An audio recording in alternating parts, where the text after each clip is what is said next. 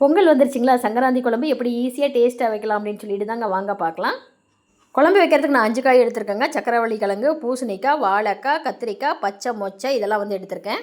கடாயில் எண்ணெய் காஞ்சிருச்சுங்க, தாளிச்சு விட்டுக்கலாம். கடுகு உளுத்தம் பருப்பு நல்லா பொரிஞ்சதுக்கப்புறம் நான் 2 பெரிய வெங்காயம் குட்டி குட்டியாக கட் பண்ணி வச்சுருக்கேன். அதையும் போட்டுட்டு 10 பல் பூண்டும் போட்டுக்கலாம். வெங்காயம் பூண்டு இதெல்லாம் வந்து கண்ணாடி பாதத்துக்கு வரட்டுங்க. நம்ம வந்து கருவேப்பிலையும் சேர்த்து அதோடு சேர்த்து நல்லா வந்து வணக்கி விட்டுக்கலாம். தூள் ஐட்டத்தில் மஞ்சத்தூள் 1 டீஸ்பூன், மல்லித்தூள் 3 டீஸ்பூன், காரத்துக்கு ஏற்ப மிளகாத்தூள் போட்டுக்கோங்க. அதோட சாம்பார் தூளும் போட்டுக்கலாம்.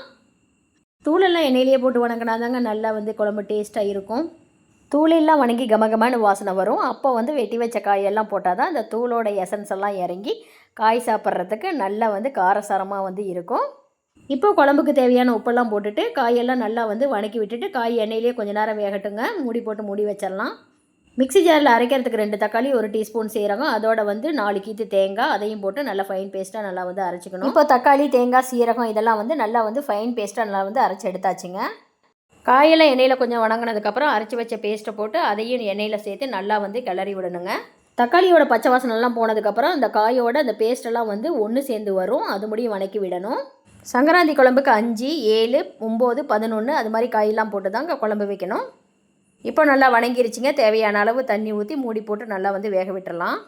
கத்திரிக்காயை வந்து இந்த ஸ்டேஜில் தான் சேர்த்தணும். அப்போ தான் வந்து கத்திரிக்காய் வந்து உடஞ்சி வராதுங்க. கத்திரிக்காயெல்லாம் சேர்த்தனதுக்கப்புறம் காயெல்லாம் நல்லா வந்து வேகட்டுங்க. இப்போ காயெல்லாம் நல்லா வெந்துருச்சு பாருங்கள் ஃப்ரெண்ட்ஸ். இப்போ சங்கராந்தி குழம்பு ரெடி ஆயிடுச்சு. கண்டிப்பாக நீங்களும் செஞ்சு பாருங்கள். செஞ்சு பார்த்துட்டு எனக்கு எப்படி இருக்குன்னு கமெண்ட் செக்ஷனில் சொல்லுங்கள். எங்கள் சேனல் உங்களுக்கு பிடிச்சிருந்தால் லைக் பண்ணுங்கள், ஷேர் பண்ணுங்கள், சப்ஸ்கிரைப் பண்ணுங்கள். எனக்கு கொஞ்சம் மோட்டிவேஷனாக இருக்கும். Thank you friends.